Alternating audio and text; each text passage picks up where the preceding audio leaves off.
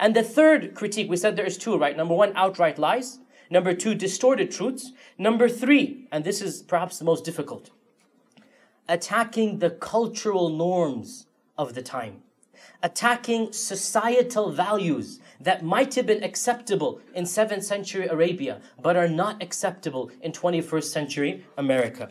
And this is really the most difficult,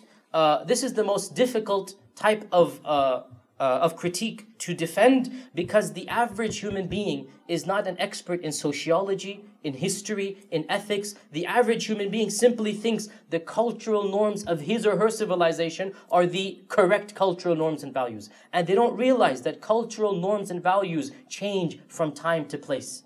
The values of post-Victorian England are radically different than the values of 21st century America. The sexual mores of America 200 years ago radically differ from the sexual mores of the 21st century America. These things change.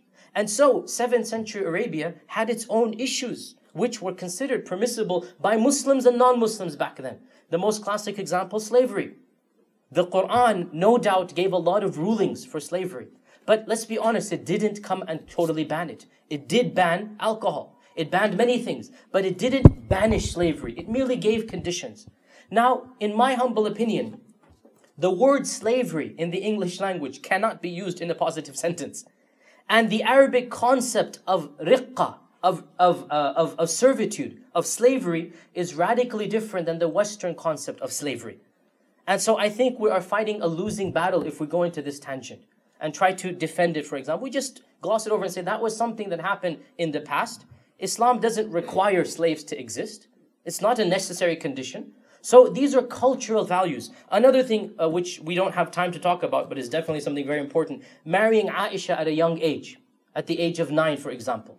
Okay, and I firmly believe, by the way, that Aisha radiallahu anha was 9 years old. I know that there are other opinions out there, and there's people trying to say that she was 18, 19. I think that historically speaking, it's quite clear that she was 9 years old. And if we open this door of trying to change our history, we're getting into other problems, which I might talk about in question answer. In any case, the fact that the Prophet married Aisha at the age of 9, none of the enemies of Islam found this problematic. Abu Jahl, Abu Talib, if there was a lot, none of the enemies of Islam found this problematic. It was culturally acceptable. Just like 200, 300 years ago, it was absolutely acceptable for a 14-year-old girl to get married. Romeo and Juliet, do you know how old Juliet is in the play? She's 14 years old. Romeo is 15. This is in Shakespeare's time.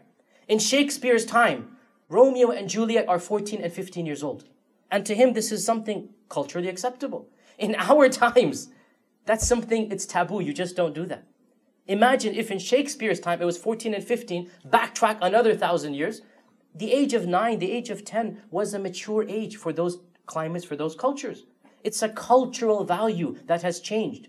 Aisha, when she was 9 years old, was very similar to what we would consider a 16, 17-year-old of our generation. Intellectually, mentally, and so forth. So this is a cultural value that they are attacking. And it is very difficult to defend because you usually need a little bit of intelligence in the person you're talking to.